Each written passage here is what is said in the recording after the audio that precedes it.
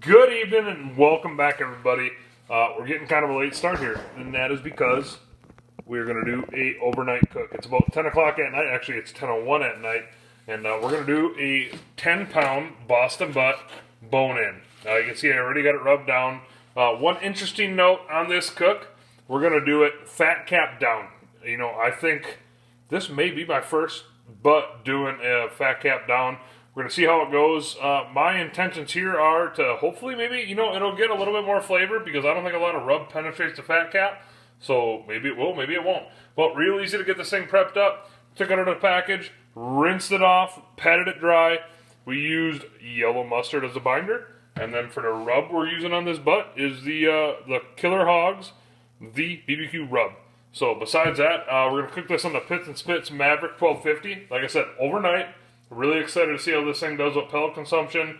And, it's kind of crappy tonight. It's not, but it's going to dip down into 30s, high winds. So we will see how the Pits and Spits does. So stay tuned, and I'll give you a peek when it's on the smoker.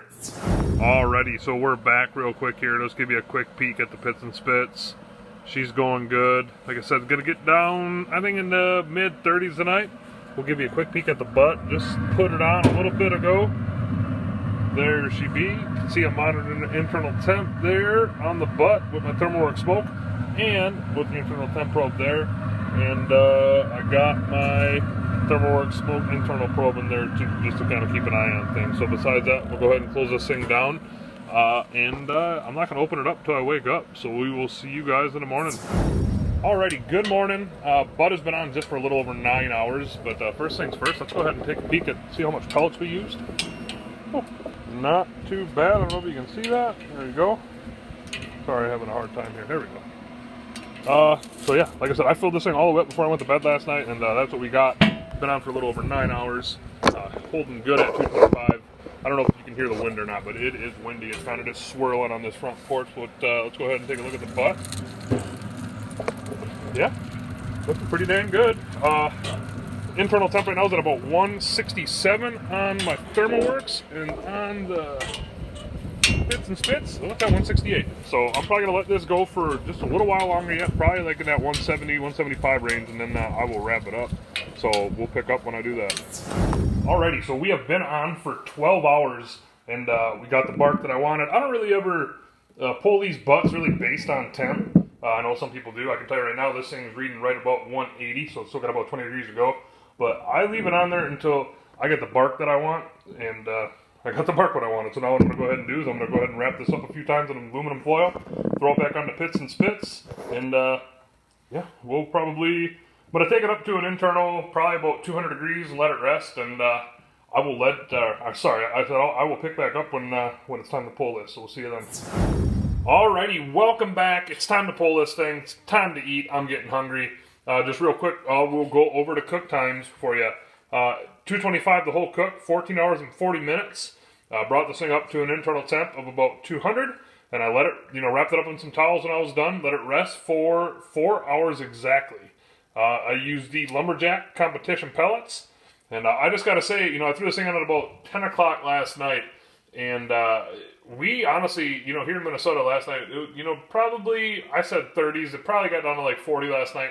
But we had like 20 to 35 mile an hour winds. I mean, it was blowing hard. And, even today when I was still cooking, it was still blowing hard.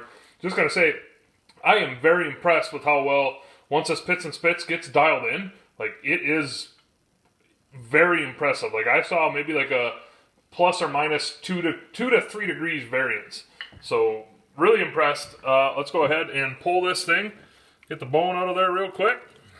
She comes out real nice. Yep. And then I got these claws here. And let's just go ahead and pull it. Oh yeah.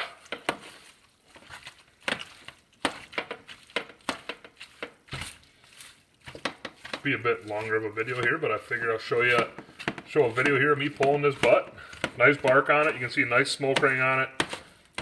It smells fantastic. Let's just pull one little spot here, and I can do the rest off camera. Let's get a taste test going. Let's get one of the pieces with the bark on it. That should work right there for now. Oh, I'll just use this piece right here, give it a taste test.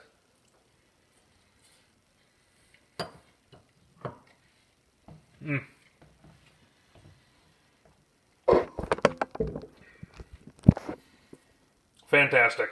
Really, really, really good. I think one thing it could use maybe just a little more salt. The Killer Hogs all-purpose, or the Killer Hog barbecue rub, doesn't have a whole lot of salt in it, I don't think. But yeah, good cook. Gonna be a good meal tonight, and well, for a few nights now. So besides that, I'm gonna go ahead and eat. Guys and girls, thanks for watching, and we'll see you next time.